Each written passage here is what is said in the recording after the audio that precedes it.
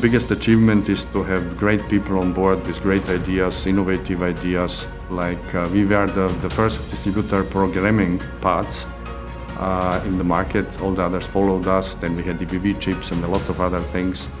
Innovation and technical competence is making EBV outstanding.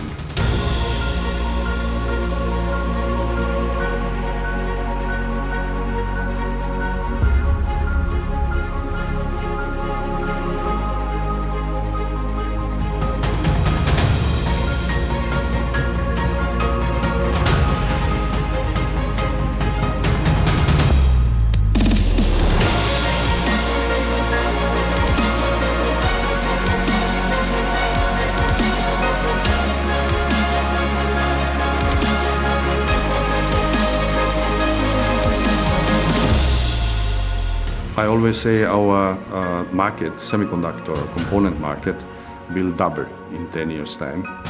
EBV will remain being the market leader, technical innovation, technical support for our suppliers and customers.